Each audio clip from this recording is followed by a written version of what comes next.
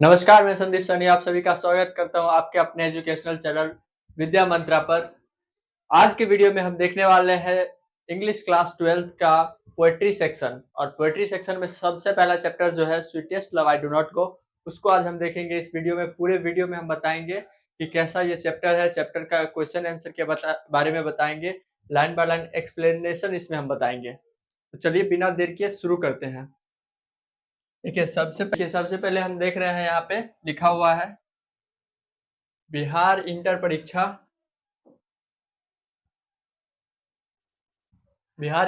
2027 12th के लिए है। इंग्लिश का चैप्टर 1 है पोएट्री सेक्शन, जिसका नाम है sweetest love I do not गो। इसका जो है पूरा एक्सप्लेनेशन हम इस वीडियो में देखेंगे और बताएंगे कि इस चैप्टर में क्या कहा गया है पोएट के द्वारा। चलिए देखिए, पहले तो है पोएट डिटेल्स के बारे में हम जानेंगे कि पोएट कौन है, पोएट कहाँ से बिलोंग करते हैं, इस बारे में हम जानेंगे टोटली। देखिए सबसे पहले इस sweetest love I do not गो के राइटर जो है उनका नाम है जॉन डॉन। इनका नाम है जॉन डॉन। उसके बाद इनका जन्म जो हुआ था 22 जनवरी 1572 को हुआ था। इनका जन्म कब हुआ था? 22 जनवरी 1572 को हुआ था। फिर देखिए रोमन कैथोलिक फैमिली में हुआ था, यानी वहाँ के हिसाब से कोई उच्च स्तर के फैमिली में इनका जन्म हुआ था इंग्लैंड में। फिर इनका जो मृत्यु हुआ था वो 31 मार्च 1631 को हुआ था लंदन में, यूके। लंदन में हुआ था इनका मृत्यु। फिर देखिए इनका मैरिज जो हुआ था यानी शादी हुआ था एने मोर से 1601 में हुआ था, यानी 1601 में हुआ। यहाँ से आपका ऑब्जेक्टिव बन सकता है, पहला ऑब्जेक्टिव पूछा जा सकता है कि sweetest love I do not गो के राइटर कौन है, तो आपके पास ये रहेगा। ये तो मान लीजिए आपका पूछा ही जाता है मैच द फॉलोइंग में, तो ये आ सकता है, जॉन डन लिख देंगे। उसके बाद फिर दूसरा सवाल ये हो सकता है कि उनका जन्म कब हुआ या किस फैमिली में जन्म हुआ, तो ये भी लिख सकते हैं 22 जनवरी 1572। उसके बाद रोमन कैथोलिक फैमिली में इनका जन्म हुआ, ये आपको देखने को मिल सकता है ऑब्जेक्टिव में। उसके बाद ये भी होगा उनकी शादी किसके साथ हुई, यानी मैरिज किनके साथ हुई और कब हुई, when when was John Donne married, ये ऐसे करके ऑब्जेक्टिव आ सकता है। तो उसमें आपका ऑप्शन रहेगा 1601, 1604, 1615, 1617, ऐसे 4 ऑप्शन रहेगा, तो उसमें आपको टिक करना है ऐसे। फिर देखिए वो जो थे प्रिस्ट थे 1615 में। प्रिस्ट यानी उपदेशक होता है, प्रिस्ट का मीनिंग उपदेशक होता है। वो जो थे अपने टाइम के ग्रेटेस्ट प्रीचर्स थे, यानी अपने टाइम के, यहाँ पे हिज है, अपने टाइम के ग्रेटेस्ट प्रीचर थे, यानी अपने टाइम के वो जो है बहुत बड़े उपदेशक थे। फिर देखिए he is well known for his pioneer of metaphysical poetry. Metaphysical क्या होता है? मेटावर्स आप जैसे सुने होंगे, मेटावर्स जैसे एनीम देखते होंगे आप, एनीम उस सब का अलग एक दुनिया होता है, उसी टाइप का यानी पोएट्री में मेटाफिजिकल एक अलग दुनिया के अलग दुनिया में ये रहते थे, अलग दुनिया में अपने आप को फील करते थे। उसी में इनको एकदम मतलब टॉप लेवल पे माना जाता था। उनको एक पायोनियर यानी सबसे उच्च स्तर का लेखक माना जाता था। ठीक है। फिर देखिए इस चैप्टर में टोटल 40 लाइन्स है, 40 लाइन्स है इस चैप्टर में, जो कि डिवाइड किया गया है 5 ऑक्टेव में। ऑक्टेव होता है 8 लाइन का, और ऐसे ही सोनेट होता है 14 लाइन्स का। आगे हम बहुत सारे अ, आपके पास पोएट्री सेक्शन की कविताएं हैं जिसमें हम देखेंगे और बताएंगे कि टोटली क्या क्या है। चलिए यहाँ पे आप देख लिए, एक बार हम फिर से देख लेते हैं। राइटर कौन थे, राइटर कौन है इस चैप्टर के? जॉन डॉन है। इनका जन्म कब हुआ? 22 जनवरी 1572, रोमन कैथोलिक फैमिली में। ठीक है। फिर डाइड यानी मृत्यु कब हुई? 31 मार्च 1631, लंदन, यूके। फिर इनका जो मैरिज हुआ वो 1601 में एने मोर के साथ हुआ। फिर ये प्रेस्ट का काम कब से किए? 1615 में। और अपने टाइम के ग्रेटेस्ट प्रीचर्स रहे, ग्रेटेस्ट टीचर रहे। इसके बाद वो जो है अपने मेटाफिजिकल पोएट्री में, यानी अपने हिसाब से उनके लिए जो पोएट्री का जो दुनिया था उसमें वो पायोनियर थे, यानी सबसे उच्च स्तर के कवि माने जाते थे। फिर देखिए 40 lines poem divided into 5 Octave, यानी 40 लाइन का जो पोएम है उसको 5 ऑक्टेव में डिवाइड किया गया है। ऑक्टेव यानी 8 पंक्ति को हम ऑक्टेव बोलते हैं, ठीक है। तो यहाँ तक आपका क्लियर होगा। फिर आगे देखते हैं हम। देखिए फर्स्ट स्टैंजा लाते हैं, यानी फर्स्ट ऑक्टेव है, जिसमें कवि कहते हैं यानी पोएट कहते हैं, sweetest love I do not go for weariness of thee. कहता है प्रिय प्यार, यानी अपनी प्रेमिका से कह रहा होता है यहाँ कवि कि प्रिय प्यार, मैं तुमसे थक कर या उब कर मैं तुम्हें छोड़ के नहीं जा रहा हूँ। उसके बाद कहता है, nor in the hope of the world can show a fitter love for me. देखिए उसके बाद कहता है, और ना ही मैं इस उम्मीद में जा रहा हूँ कि मुझे तुमसे कोई सच्ची मोहब्बत करने वाली मिल जाएगी। तो पहला लाइन से फिर से हम देखते हैं, sweetest love I do not go for weariness of thee, nor in the hope of the world can show a fitter love for me. देखिए शुरू से कहते हैं, कवि अपने प्रेमिका से कहते हैं, स्वीटेस्ट लव यानी प्रिय प्यार, प्रिय प्रेमिका, मैं तुम्हें छोड़कर इसीलिए नहीं जा रहा हूँ कि मेरा मन तुमसे उब चुका है या मैं तुमसे थक चुका हूँ, बल्कि मैं किसी और कारण से जा रहा हूँ। और ना ही मैं इस होप से जा रहा हूँ, ना ही मैं इस उम्मीद से जा रहा हूँ कि मुझे तुमसे कोई अच्छी या सच्ची मोहब्बत करने वाली मिल जाएगी। फिर देखिए लिखा है, but since that I must die at last, this best to use myself in jest, thus by fand death to die। देखिए इसके बाद जो इसमें कवि कहते हैं इस 4 पंक्ति में कि एक न एक दिन तो सबको मरना है, एक न एक दिन तो सबको मरना है, लेकिन क्यों ना हम हंसी मजाक में अपना जीवन को बिताएं, हंसी मजाक में हम जीवन को बिताएं और एक मरने का नाटक करते हैं, एक मरने का नाटक करते हैं, मैं तुमसे दूर हो जाता हूँ, ऐसा इस कविता में कवि कह रहे होते हैं। यहाँ तक आप समझ गए। आप देखिए आगे बढ़ते हैं। देखिए वो एग्जाम्पल देते हैं किसका, सन का। सन का एग्जाम्पल क्यों देते हैं वो देखिए, yesternight the sun went hence and yet he is here today, he hath no desire no sense nor how so short away.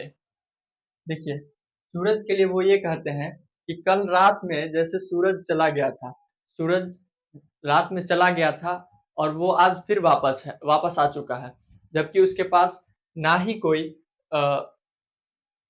इच्छा है, ना ही कोई उसका मंजिल है, और ना ही कोई उसका छोटा रास्ता है जो वो तुरंत आ जाए, फिर भी वो आज यहाँ है। और उसके बाद लिखते हैं, then fear not for me, then fear not me, but believe that I shall make speedier journeys since I take more wings and spores than he। तो उसके उसके मुकाबले मेरे पास तो, मुझे तो एक चाह है तुमसे मिलने की, अपनी प्रेमिका से कह रहे होते हैं, मुझे तो एक चाह है तुमसे मिलने की, और मेरे पास तो मंजिल है कि मुझे तुम तक पहुंचना है, ठीक है।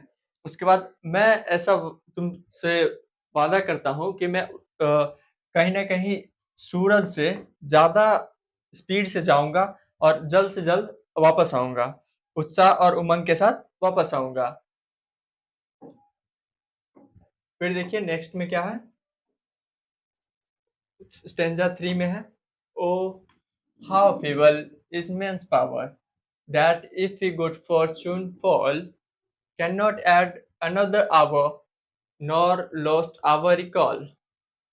देखिए इस लाइन में क्या कहते हैं, O how feeble is man's power, यानी एक आदमी कितना कमजोर होता है ना, एक आदमी कितना कमजोर होता है ना, कि जब उसका कोई अच्छा भाग्य, अच्छा टाइम चल रहा होता है, अच्छा समय चल रहा होता है, उसका भाग्य जब अच्छा चल रहा होता है, तो उसमें वो ना ही 1 घंटा जोड़ पाता है, उसमें ना ही 1 घंटा जोड़ पाता है, और ना ही उसे रोक पाता है, या उसे कुछ बिगाड़ नहीं सकता है, समय की सब चलता है, ठीक है।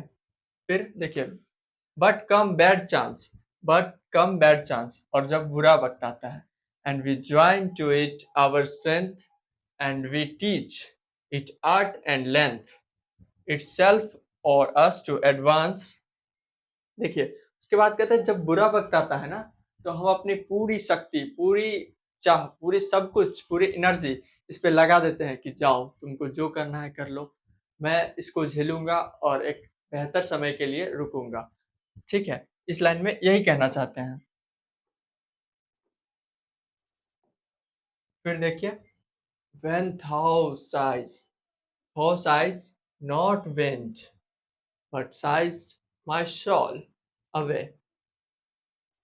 When thou weepest unkindly kind, my life's blood doth decay. देखिए, जब उसकी प्रेमिका जो है आहे मतलब रोने जैसा करती है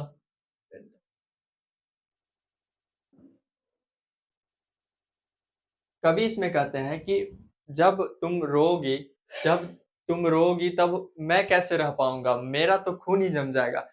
यानी मैं वहाँ पे फ्रीज़ हो जाऊँगा। इस तरीके से वो अपनी प्रेमिका को समझाते हैं कि तुम अगर रोओगी तो मेरा क्या होगा?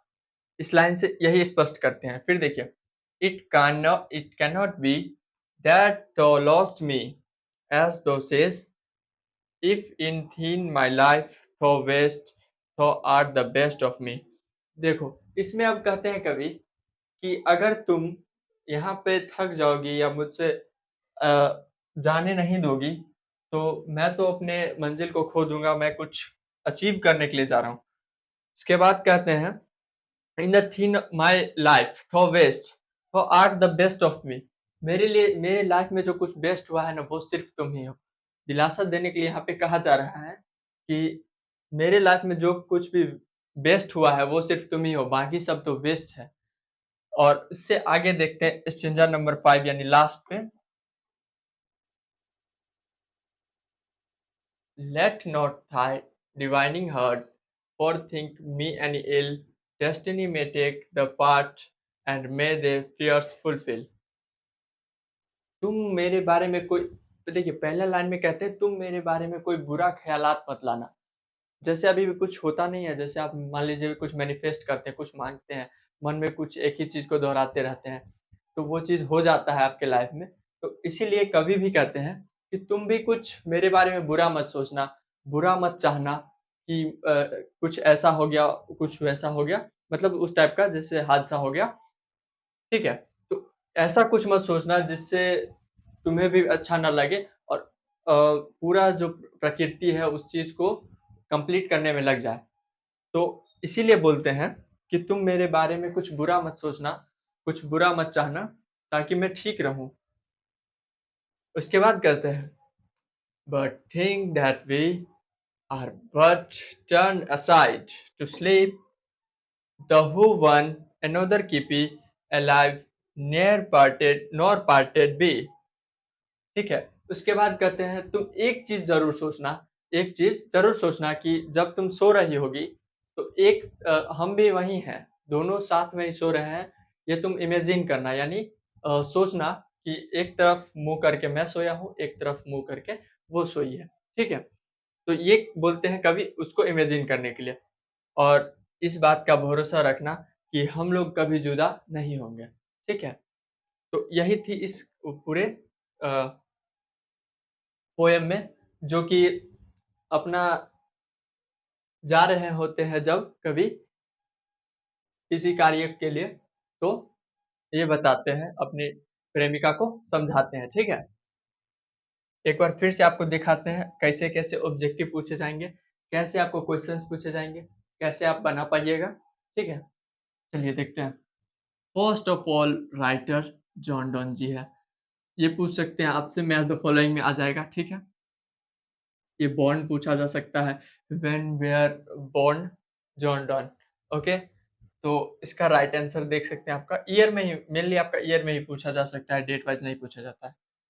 ये आपका ऑब्जेक्टिव में आने का चांसेस है कि uh, when had married when had John Donne married with Anne More, तो वो आपका 1601 में होगा, ये आपको देखने का ज़रूरत होगा, ठीक है? फिर आपका प्रीस्ट कब बने थे ये पूछा जा सकता है, ये एक ऑब्जेक्टिव हो सकता है। यानी टोटली आप मान के चलिए इस पेज से इस स्लाइड से आपका 5 ऑब्जेक्टिव बनने का चांसेस रहता है, ठीक है? इसको आप नोट कीजिएगा आराम से, इसको कॉपी में लिखिएगा। उसके बाद जैसे हिंदी अर्थ आपको समझाए हैं, हिंदी मीनिंग आपको समझाए हैं, वैसे-वैसे लिखिएगा। एक बार आपको क्विक रिवीजन करवाते हैं, ठीक है? To test love, I do not go for awareness of the, nor in the hope the world can show a fitter love for me. इसमें जैसा कि बताए कि प्रिय प्यार, मैं ना ही तुमसे ऊब कर, ना ही थक कर जा रहा हूँ, और ना ही मैं इस चाह से, ना ही मैं इस उम्मीद से जा रहा हूँ कि मुझे तुमसे सच्ची मोहब्बत मिल जाएगी, ठीक है? But since that I must die at last, this best to use myself in jest, thus by fate that's to die, ठीक है? तो इसमें जो है ये कहना चाहते हैं कि एक ना एक दिन तो हम लोग को मरना है, एक ना एक दिन हम लोग को मरना है। तो क्यों ना हम एक ऐसा नाटक करें, एक ऐसा नाटक करें जिसमें हँसी-मज़ाक हो, यानी मरने का नाटक करते हैं जो एक मज़ाक की तरह हो। उसके बाद हम देखना चाहते हैं कि कैसा फ़ील होता है, इस बारे में ये बताते हैं, ठीक है? उसके बाद देखिए, yesternight the sun went hence, and yet he is here today, he hath no desire nor sense nor half so short away। तो इसमें तो ये कहना चाह रहे हैं कि सन के पास तो ना ही कोई मंजिल है, ना ही कोई चाह है, ना ही कोई उत्साह उमंग है किसी चीज को पाने की। फिर भी वो कल रात गया और आज सुबह वापस यही है, ठीक है? और देख सकते हैं यहाँ पे लिखा है, देन फियर नॉट मी, तुम मेरी चिंता मत करो, क्योंकि but believe that I shall superior journey since I take more wings and stores than he।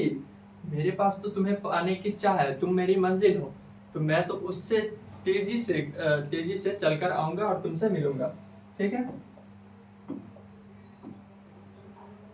उसके बाद देखिए इस स्टेंजा में कहता है, ओ feeble is man's power that it good fortune fall cannot add another hour or nor a last hour recall। देखो इसमें जो कहते हैं ना, ओ how feeble a man's power is, तो इसमें जो जैसे कहा जाता है, कितना कमजोर होता है ना वो इंसान, कितना कमजोर होता है इंसान, जिसमें वो जब उसका अच्छा समय चल रहा होता है, अच्छा किस्मत होता है, अच्छा भाग्य होता है, अच्छा टाइम चल रहा होता है, तो उसमें 1 घंटा भी ऐड नहीं कर सकता है, और ना ही उस टाइम को रोक सकता है, ना ही उस टाइम को रोक सकता है। लेकिन बट कम बैड चांस, जब बुरा वक्त आता है, and we join to our strength and we teach it art and length itself और अस टू एडवांस। हमें, और जब बुरा वक्त आता है ना, तो हम पूरा एनर्जी, पूरा ताकत लगा देते हैं उसको खत्म करने के लिए, लेकिन वो जाता ही नहीं है।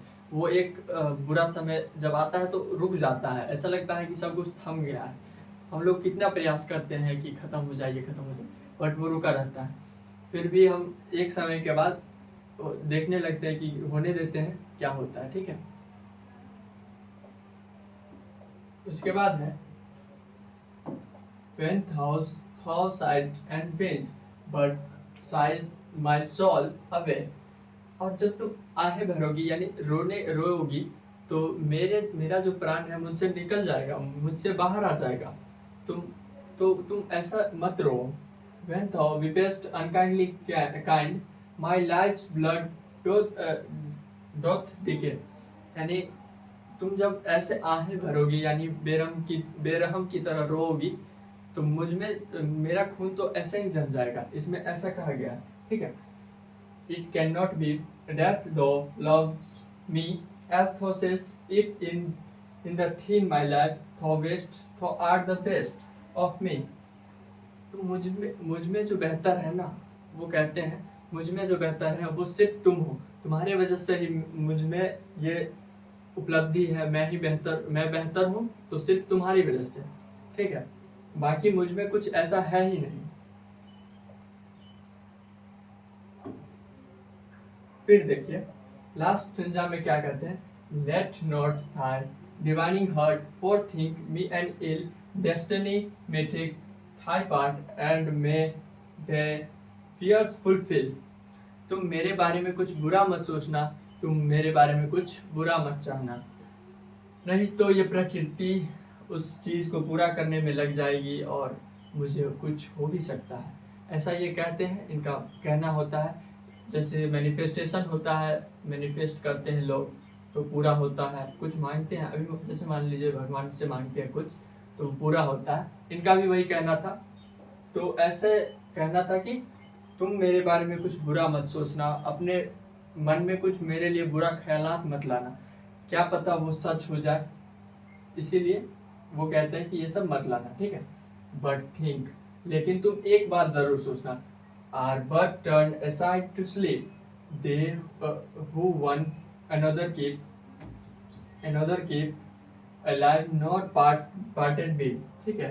और तुम बस एक बात सोचना कि मैं तुम्हारे बगल में हूँ, जब तुम सो रही होगी मैं तुम्हारे बगल में हूँ, बल्कि तुम इस तरफ मुंह करके सोई हो तो मैं इस तरफ मुंह करके सोया हूँ। देखिए जैसे इसमें है ना, तुम इस तरफ मुंह करके सोई हो, मैं इस तरफ मुंह करके सोया हूँ, ठीक है। तो इस तरीके से वो अपनी प्रेमिका को समझाते हैं जाते वक्त, ठीक है। दे हु अनदर की, ठीक है। फिर लिखते हैं लाइफ नॉट पार्टेड बी, और हम कभी जुदा नहीं होंगे जब तक जीवित हैं, ठीक है। यही था इस पूरे पोयम में, ठीक है। तो यही था इस पूरे पोयम में। वीडियो अच्छा लगेगा तो आप एक प्यारा सा छोटा सा कमेंट कीजिएगा और सब्सक्राइब कर लीजिएगा, ताकि आपको पूरा एग्जाम तक आपको सभी वीडियो मिल जाए सभी टॉपिक्स पर, ठीक है। Thank you.